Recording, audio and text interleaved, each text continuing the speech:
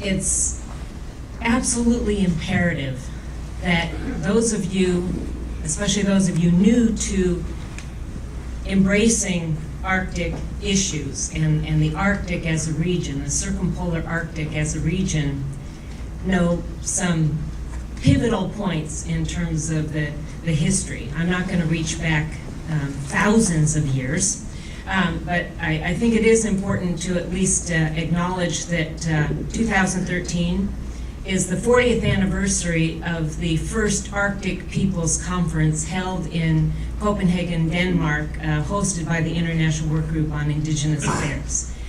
Inuit, Sami gathered, as well as other indigenous peoples gathered to discuss issues concerning the Arctic and their views. In addition, I think it's absolutely imperative that in the context of resource development, that we recognize the discovery of oil on the North Slope of Alaska in 1968 as the trigger for the Alaska Native Claims Settlement Act of 1971.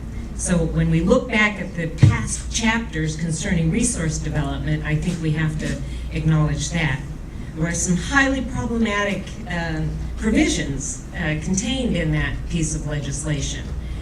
For example, the purported extinguishment of Aboriginal right and title to any lands outside of the Act, in addition to, even more significant, I think, the purported extinguishment of Aboriginal hunting and fishing rights. And to this day, neither the state of Alaska nor the federal government, the United States of America, neither of them have adequately addressed this particular issue. And by this I mean entrenching the rights of Alaska Native people, including the Inuit, to hunting, fishing, and other harvesting activities, and to entrench that in federal law. So if you think about resource development, and as Edward has indicated, the notion of our stock market and what we depend upon in terms of the future, well, the past survival, the present survival, and the future survival of Arctic indigenous communities, not just in Alaska, but circumpolar wide, these issues have to be addressed. In response to the question, I think it's also important to reach back in time. Jimmy's reference to Mary Simon, former Arctic ambassador for Canada, this is absolutely significant in and of itself, but I think it's also important in the context of the question about resource development to reach back even further to Evan Hobson, the founder of the Inuit Circumpolar Council, and I just want to quickly read out a couple of very relevant quotes. One is from a grant request that was submitted by Hobson and other members of the North Slope Borough in order to organize the first Inuit Circumpolar Conference. We Eskimo are an international community sharing common language, culture, and a common land along the Arctic coast of Siberia, Alaska, Canada, and Greenland. Although not a nation state, as a people, we do constitute a nation. This is in 1976, okay? Further, in the opening remarks that Hobson shared with all of the Inuit gathered in Barrow in June of 1977 for the first organizing meeting of the Inuit Circumpolar Conference, though our Russian sisters and brothers were not present at that conference, he stated, "Our language contains the intricate knowledge of the ice that we have seen no others demonstrate. Without our central involvement, there can be no safe and responsible Arctic resource development." He went on to say, "The status of our rights as Inupiat is necessarily the core of any successful protection of our mutual Arctic environment security.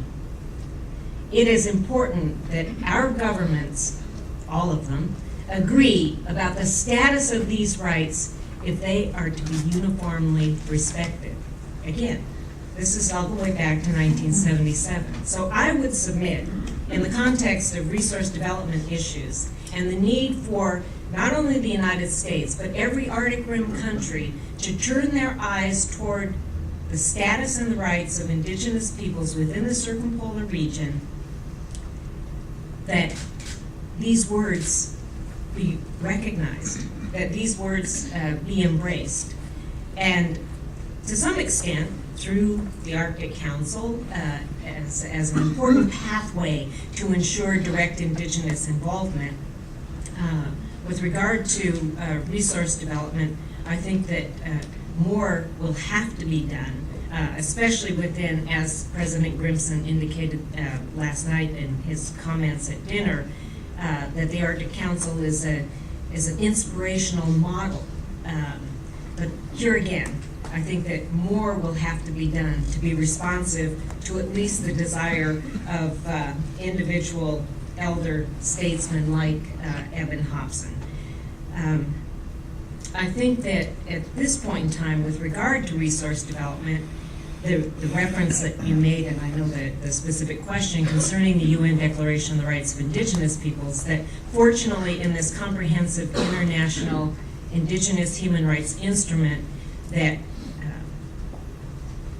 provisions have been embraced by the United Nations to affirm the right of Indigenous peoples to determine their own priorities for their development, and how that intersects with the development views and agendas of the Arctic Rim nations, as well as other nations that are clawing at the door of the Arctic Council and elsewhere, that such an operative article within this international human rights instrument bears a need for respect and recognition of the fundamental rights of Indigenous peoples, and I'll speak to those a bit further in response to your third question. Thank you, Dalee.